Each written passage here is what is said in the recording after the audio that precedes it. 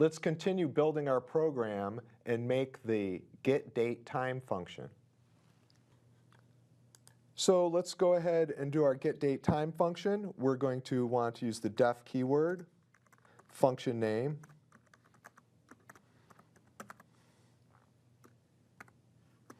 and then let's kind of look at what the function should do. So I have previously loaded a version of the getDateTime function, and so let's see what we need to build here by running it. So I'm going to call the getDateTime function. And so it's going to ask you to enter the date for the event. So we can go ahead and do that. And then what time is it at? We can do 3 p.m. And then we see it returns a string, which is the date, and then the word at, and then the time. So let's go ahead and build that function now. So we know we need to get two inputs, the date and the time, and then we need to concatenate those and return it. So it's very similar to our getName function. So let's go ahead and do that, our date.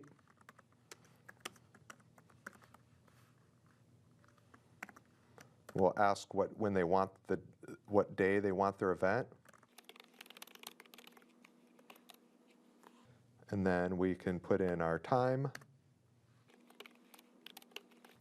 Let's go ahead and ask them let's go into the quotations here.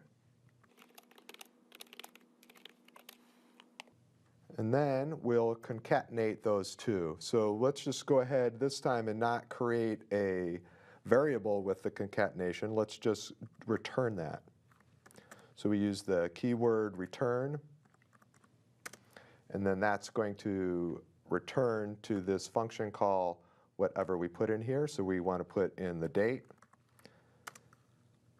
and then we want to add in a space after the date, and then the word at, and then another space. So we see right here, you got to remember your spaces.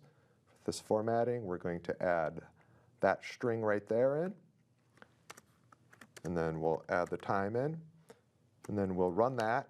And now I've had a previous version of the getDateTime in memory, but this one has replaced it by running it. So whenever you run a definition of a function, that is going to become the current definition for that function.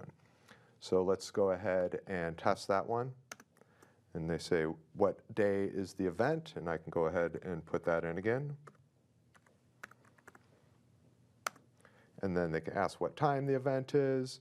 So let's go ahead and enter our time.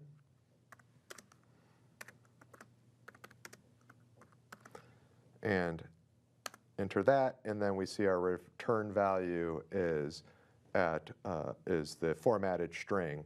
Now I could add that into a date-time variable like this, and save that, and then use that later in the function. We'll see how we do that when we start building our larger function.